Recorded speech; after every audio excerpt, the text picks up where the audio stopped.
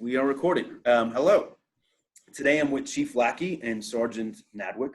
Sergeant Nadgwick is our police department's use of force instructor and has been an officer with us for almost 25 years now. Thank you both for being here today. So back in June, I took the mayor's pledge to review the police department's use of force policies, specifically as it relates to 8 key areas highlighted in the 8 Can't Wait platform. That platform was mentioned by former President Obama during his public address after the death of George Floyd in Minneapolis. This is a good time to be talking through some of these policies. And Camas is a special community, and we have a police department that is engaged with the community, well-trained and operated under good policies. The department has been accredited for almost 20 years, and through constantly adopting best practices in law enforcement, the department has been able to earn the trust of the community. However, as I said, it's never a bad idea to take a second look at some of these important policies, understand it. And that's why I asked the chief to work with me as we work through this process. And Camas, we want to get this right. This is very important, and we know that. The mayor's pledge that I took had 4 steps in the formal review process. The first one was to review the police use of force policies. The second was to engage with the community. The third, report the findings back to the community. And then the fourth was reform any use of force policies that need to be changed. I completed step 1 by meeting with the chief and going over all the department's use of force policies. I also reviewed our statistical data and spoke to the team about training and how we operate. For step 2, we engaged the public in a couple of community forums, including the City of Camas Town Hall and the Camas School District's Equity Forum. In addition, several citizens have reached out to me personally or through email to provide input and advice. And I know, Chief, you have met with many people as well. So the purpose of today's video is to complete step 3 and 4, talk about what I've learned by going through this process and what changes will come about as a result. So again, thank you both for being here to help answer some of the questions today. So Chief Lackey, can you remind us what the 8 Can't Wait movement stated about police departments' policies? Yes, so the 8 Can't Wait group, what they did is they went to the 100 largest police departments in the US, and they asked for their use of force policies, and they also asked for their data on use of force, specifically on deadly force. And what they found is that there is a correlation between departments that had these 8 policies with having lower levels of use of force. So not surprising, right? If agencies have good policy in place, they're probably better able to handle situations such as that use of force, and specifically use of deadly force. And then you and I met in June, and we went over our department's use of force policies. How many of the 8 recommended use of force policies does Camas have when we met? Well, when we went over all of our policies, we have specifically, almost like word for word, a solid 6 of the 8. And there's one that has to do with our use of force continuum. And depending on how you read that, it's kind of 7, but it's not so clear in that one. So what I've said is, just for ease of understanding, is we have 6 of the 8 absolutely word for word as they had in their 8 Can't Wait campaign. So what are the 2 policies that we currently do not have? So one of the policies had to do with the use of the neck restraint that we call the vascular neck restraint, the VNR. It also is listed in the 8 Can't Wait as a restriction on chokeholds or any neck restraint. So we're not in alignment with their recommendation on that policy. And then again, the one that I said is kind of like we're quasi in alignment with has to do with their recommendation that agencies either have in policy or adopt a use of force continuum or matrix. And while we do use information from a use of force continuum in our training platform, it's no longer in our policy. Like if you read a copy of our policy, you wouldn't see that, the triangular graphic that they use pretty consistently. So those are the 2 that we've really spent the most time talking about in the last month, which is the use of force continuum or matrix, and the restriction on neck restraints or chokeholds. And Sergeant Nadgwick, you're our use of force instructor, and I'm assuming that to fill that role, you've had some advanced or special training in this area. Yes, I have. Yeah. Can you talk a little bit about that? Yeah, so beginning in 2016, 2017, I was chosen to be the use of force instructor for the department. Since then, gone to trainings, and one of the things that we came up with in talking with Chief is updating or reviewing our use of force policy. So the Chief elected us to have a committee to review our use of force policy in training. And by doing that, we went around the state,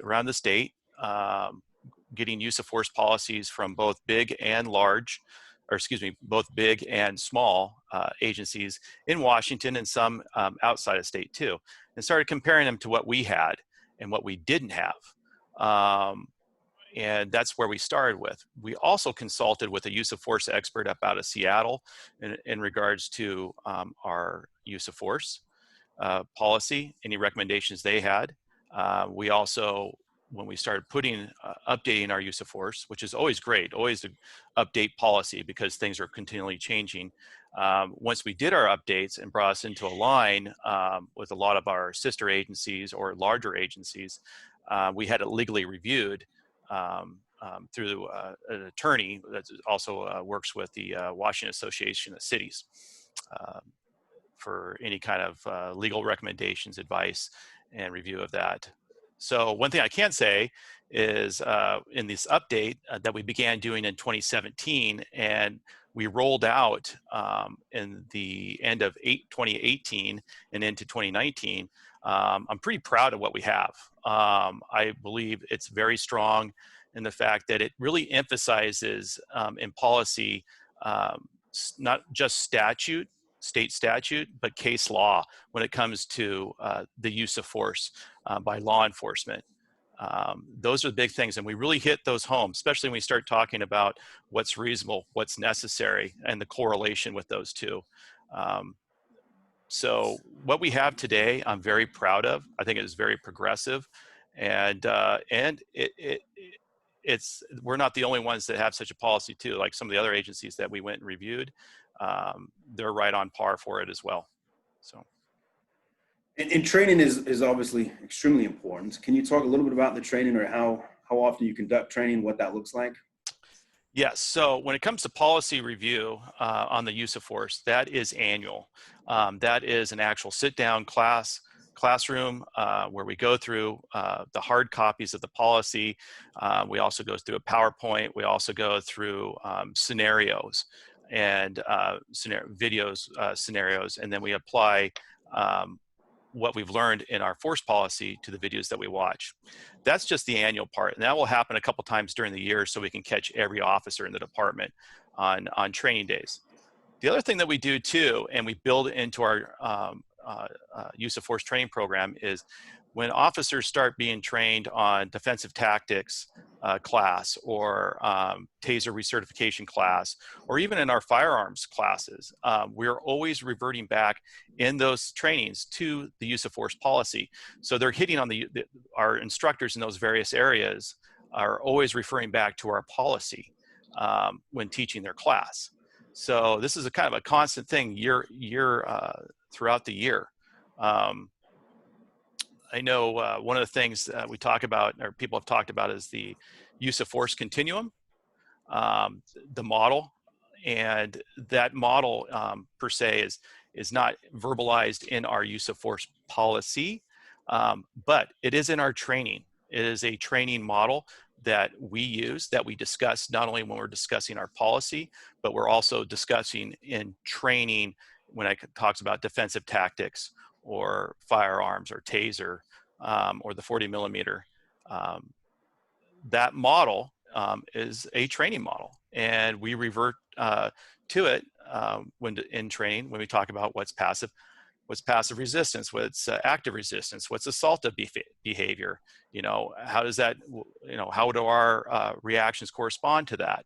So I know there was some discussion about, well, the force continuum is not in the policy itself. No, it's not, but it's in our training. It's in our training standards. So and what we've stuck with the policy is a lot that's based off of statute and case law. So. And we've sat down, Sergeant Nadgwick and with the chief and I, and your advisement based on going through this process is that not making any changes to our existing use of force policy, specifically just with the topic of the continuum part. Is that correct? Absolutely correct. I'm very proud of the policy that we have. I think it is up to par on many levels. And the force continuum, like I said, it's in the training. It hasn't gone away from this department. It hasn't gone away from our trainers. It is still discussed. It's brought up through those different trainings throughout the year. And Chief Lackey, you've also expressed to me when we reviewed your use of force policy that you feel the current policy that Camas Police are using is the best suited for the agency. Is that correct? Yeah, absolutely. I 100% agree with Sergeant Nadgwick. In our case, with the 2018 policy update that we did, it was a pretty extensive process. It took over a year to go through that. And so I'm very pleased with the policy that we have as it relates to just this continuum issue. And what I've been saying the whole time, it's like, we really kind of do meet the suggestion of the 8 Can't Wait campaign, which is that you use a matrix or continuum. And we do. We use it. If you get our policy, you won't see it in the policy section, but we're still using the concepts and we're teaching the concepts. And so from that aspect, I believe our use of force policy is a really good fit for our agency. And, some things aren't a one size fits all. And so I like where we're at when it comes to this issue of the continuum. And so hopefully it makes sense. What we're trying to say is we do use the concepts, even if you don't find the words in the policy. So if a citizen's looking at our use of force policy, they won't see the triangle, they won't see the continuum explanations. And that's because, again, in 2018, we revised and updated the policy using more modern guidance and added some different terms such as factors to determine reasonableness. But it sounds like it's the same thing in the sense that the current use of force policy only packages a little bit differently. And as Sergeant Nadgwick has told us, we still go over these principles when we're conducting the trainings, as you say, Chief, as well, as far as that. And after discussing this with the Chief and Sergeant Nadgwick, I'm good with the recommendations that we not make any changes in this area currently. They're the experts and we have good reason to trust them. Again, the Chief has been with us for over 30 years and Nadgwick has 25 years and are part of the community as well. And I think that our use of force numbers show that as well. I don't know if you know, Chief, the first time I met Sergeant Nadgwick was, I don't remember, it was caroling on Christmas Day. Caroling. Yeah. And at the retirement home. And again, I think it just goes to just the kind of community that we are. Chief, now that we've addressed the part about the use of force continuum, let's talk about the VNR or the Sure. vascular neck restraint. So a lot of people call this the chokehold, but there's some controversy there as well. What are the differences, or can you kind of explain that?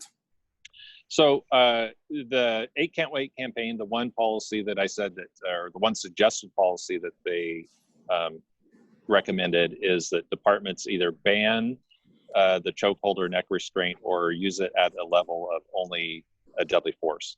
So our current policy, we do ban the chokehold, and that terminology, the chokehold, refers to a move that would cut off the flow of oxygen.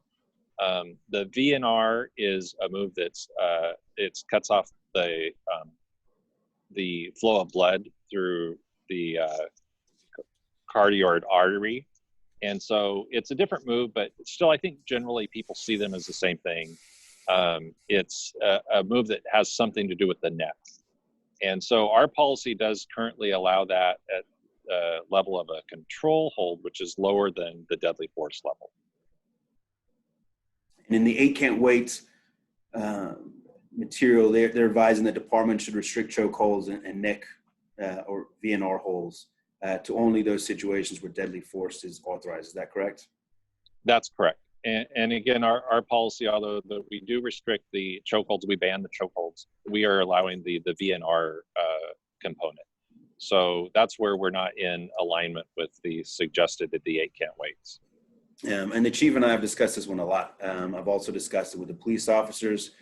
And I understand that there are two sides to this one. On one side, the officers see this as a tool that can be used to help keep them safe without necessarily having to use deadly force. On the other side, this takes a lot of practice to do right, and it has some dangers associated with not knowing this technique correctly. Chief, I know you have some thoughts on this. What is your thoughts after we've talked about it? So this one has actually took more of my attention than the former one about the continuum. And, you know, we're taking a good look at this like most police agencies, not only in our state, but in the nation. There's been a lot of weigh-in from the political side on this at the state and federal level, and it's something that's continuing to get a lot of examination. And so with the timing right now, it just seems to me that it would make good sense that we could move away from this, that we could change our policy and move it back to a level to where it's at the deadly force level per the recommendations of the 8 Can't Wait group. That would seem to be the wise thing to do. And so that's kind of what I would recommend to you, Mr. Mayor, is that we make that change. Okay, and I know that you've communicated this with the team as well. What kind of time frame would it take, do you think, for you to get this changed into our policies? Well, just to be safe, you know, we're in the middle of summer and vacation season. So changing the paperwork is only a piece of this. We also have to communicate it out through everybody and make sure that, you know, everyone gets the message. So it could be done, achieved within a couple weeks. I appreciate the department's willingness and openness to work with me. And I've learned a lot about the use of force, including how rare it is in Camas. But again, it is a very important topic, period. I appreciate both your leadership and all our officers represent the community in a positive manner. So the changes, once those changes have been made around the chokeholds, this will complete step 4 outlined in the pledge. And so the community, I encourage your feedback and thoughts and want to ensure that we maintain an open and honest conversation. I know that if anyone has any specific questions, the chief, you're happy to sit down with anyone and go through many of our stats, the policies, or address any concerns, as are any of our officers as well. I just want to thank you both for your support around this and for talking with us today. Thank you. Thank you. Thank you.